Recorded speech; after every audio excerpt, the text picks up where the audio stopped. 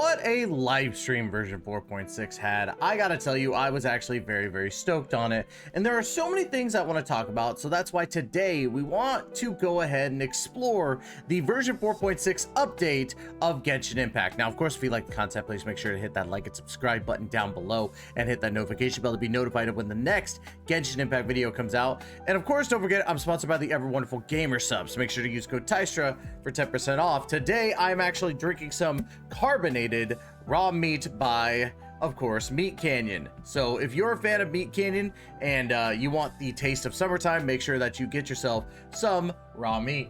Code TYSTRA for 10% off at gamersubs.gg. But without any further delay and enough shilling from me, let's go ahead and dive into the version 4.6 update. Shout out to IGN for actually providing a really good layout to this. So let's go ahead and talk about first Arlecchino, because I think that's what mainly everybody would want to talk about, because she is amazing. I am barking, y'all. I am going feral for this woman.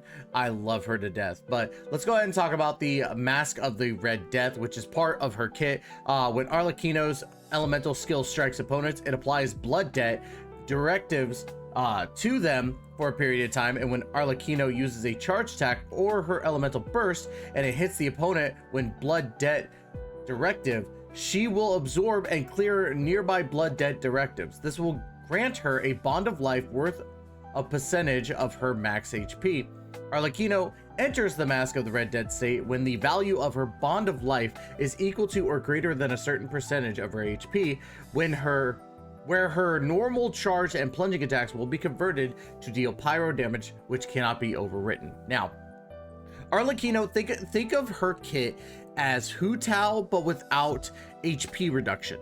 What it's going to do is give you that bond of life, and you can't heal up to a certain extent. Or let's say you're at 70, you have a bond of life, and it's 75% of your HP, you cannot go past 25% of your HP until that bond of life is actually repaid, which isn't too bad. You're still going to lose your HP from what it looks like regardless, but I don't know, it's very weird. You get your bond of life back, and you're able to, heal up to that 100% again once your bond of life has been repaid. But she does a lot of crazy damage from what I'm seeing, and a lot of people who were a part of the betas have talked about it. So now that we're in the end stages of the 4.6 beta, it's pretty much good to talk about.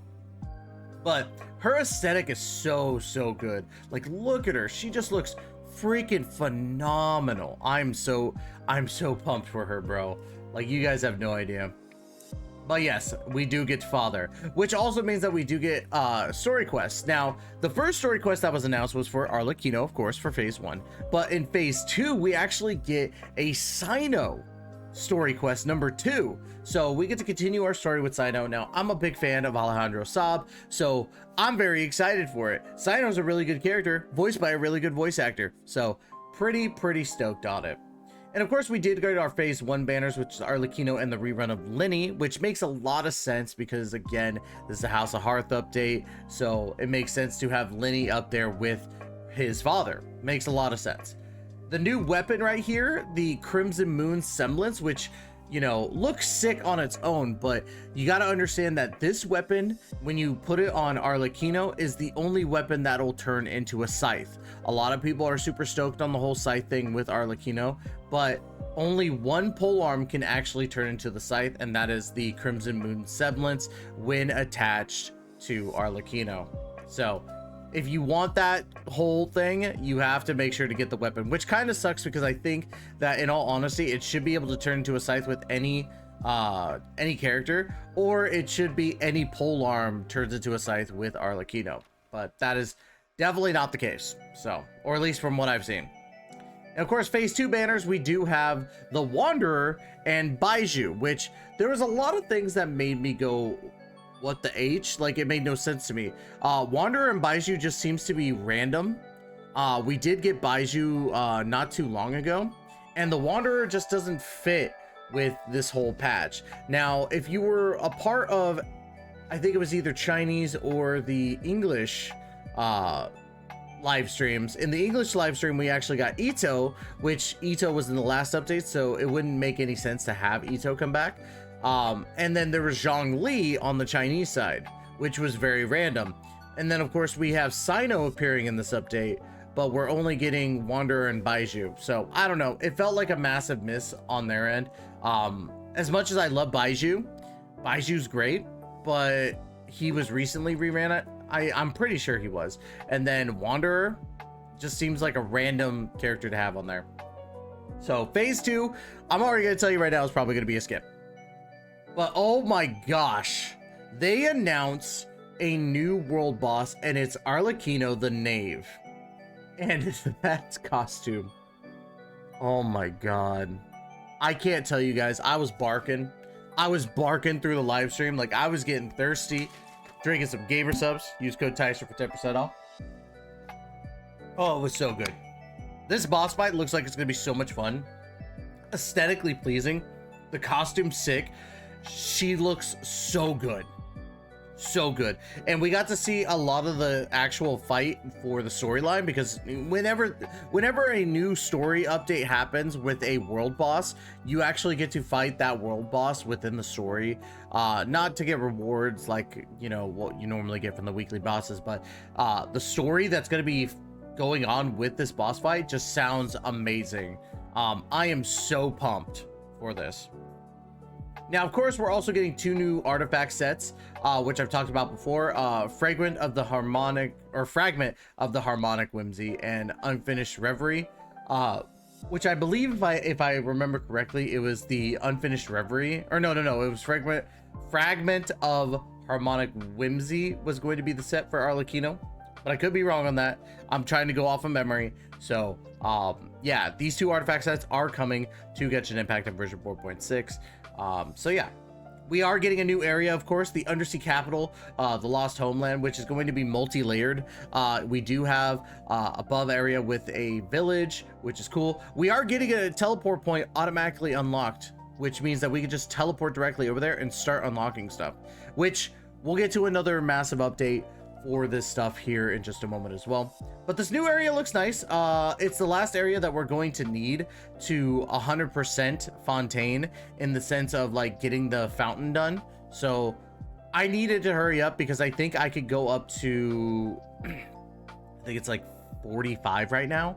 So definitely want to get that done so I can get the last little bits of treasure and all that stuff. Now, of course, we also are getting a new boss, the Statue of Marble and Brass, which is a pyro boss. So if you're needing another boss fight that gives you pyro stuff, there you go. You're welcome to fight him as many times as you need to. But this is going to be what you need for Arlecchino as well. So be prepared. You're going to have to fight this boss. I think it's like at minimum 23 times. So have fun with that. It's going to be a doozy, that's for sure. We did get events, and there's some good events and some that I'm kind of like, eh. The first event is the Iridescent Arataki Rocking for Life Tour de Force of Awesome, which is a music event where you will get a new musical item, which is a horn, and it's more reminiscent of like a tuba or something along those lines. I can't remember that specific one, but I'm gonna say as close to a tuba as it can be. If anybody knows the instrument, let me know in the comments down below. Would love to hear that. But yes, we are getting mini games, gathering materials, and basically a music event again, which is pretty fun. I love having the music events come back. It's a nice change of pace. If this comes out in phase 1 alongside Arlecchino, it's going to be a little bit of a 180, because it seems like Arlecchino's story is going to be very, very serious, while this is not very serious. However, one thing that I'm seriously interested in is Windtrace, and Windtrace is coming back again, but it's going to more resemble Dead by Daylight, which I don't know if that's going to be a good thing or a bad thing. Now, the changes are that instead of just hiding, you have to fix the machines, like, you know, how in Dead by Daylight you have to fix the generators. When you fix 4, you automatically win. So there's no escaping. You just have to make sure that, you know, you don't get caught. Now, every person gets 2 freebies. Like if you get caught, you go to jail, and if you get unlocked from jail, you can get caught one more time, and then after that, you're done. You're basically gonzo. So, oh, I forgot to talk about how in the previous event that we were talking about for the Arataki stuff, you actually do get the new instrument, but you also get a free Goro from this. So if you haven't C6'd your Goro, cool. But yes, Wind Trace's new thing, I'm kind of torn because I hope that it really fixes the stuff that was wrong with Wind Trace, but I don't know if it's going to. I think Wind Trace might just be too far gone. It was good in the first iteration. The second one, I was like, it's okay. But now it's just getting to where it's like, it's whatever. Vibro Crystal application or Vibro Crystal research, however you want to call it, is coming back. So same stuff. Nothing too different about Vibro Crystal. So pretty excited for that event. And we are obviously getting one of the mastery events. I can't remember exactly which one.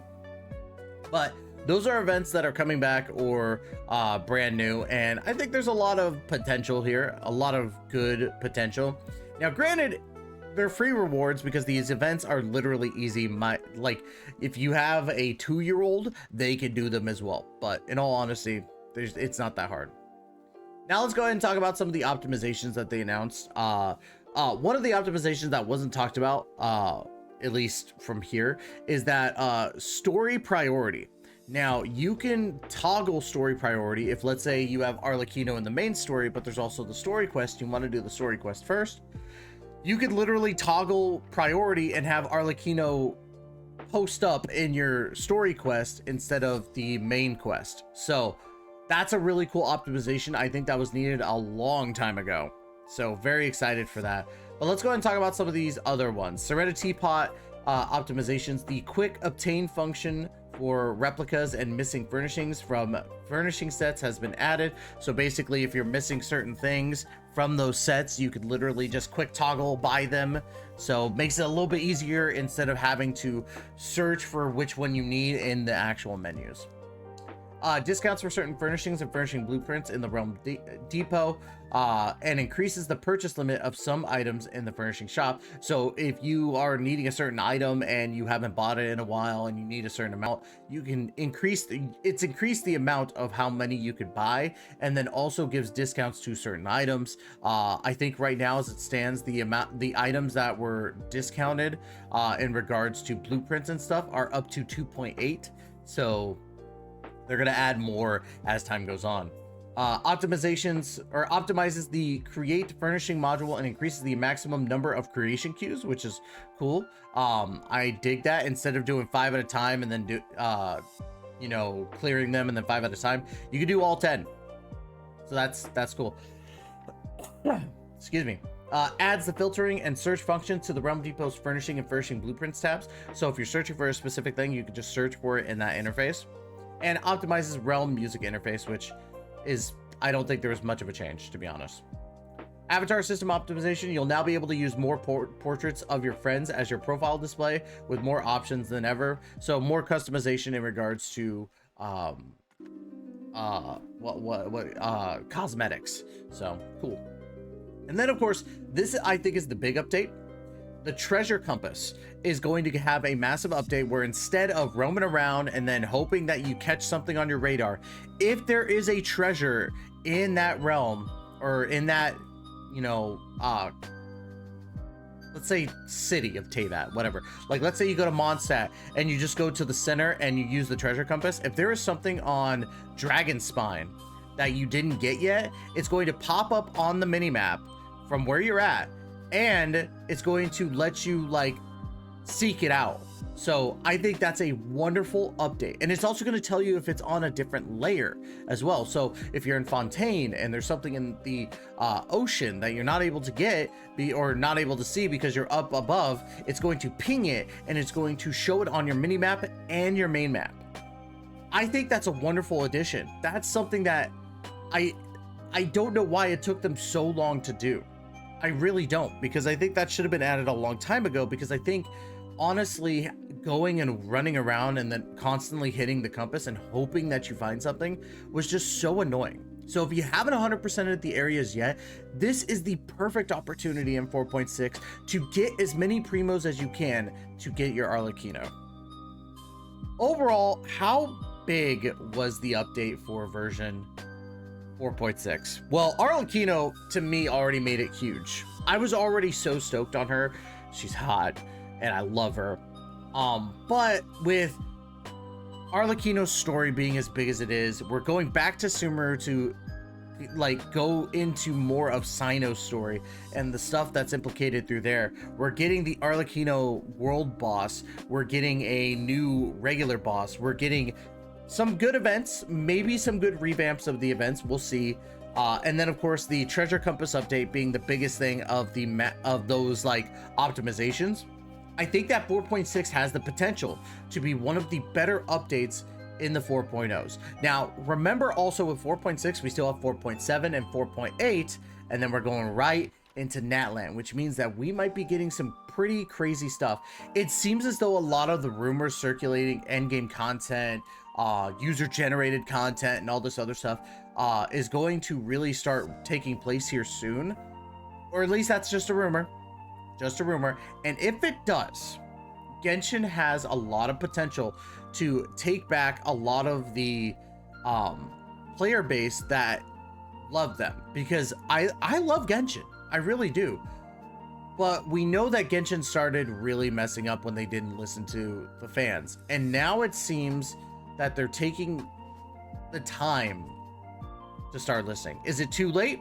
I don't know. We'll have to find out. I will continue to cover this game regardless, because this is what got my start. So, and that's going to be it for today's video. Don't forget to like, comment, subscribe, and let me know what you're most excited for in version 4.6. And don't forget to check out GamerSubs. Make sure to use code TYSTRA for 10% off at gamersubs.gg. And of course, as always, y'all, thank you so much for giving me the opportunity to entertain you. We'll be back again with another Genshin Impact video very, very soon. And as always, we will catch you in that next video. Please take care and be safe.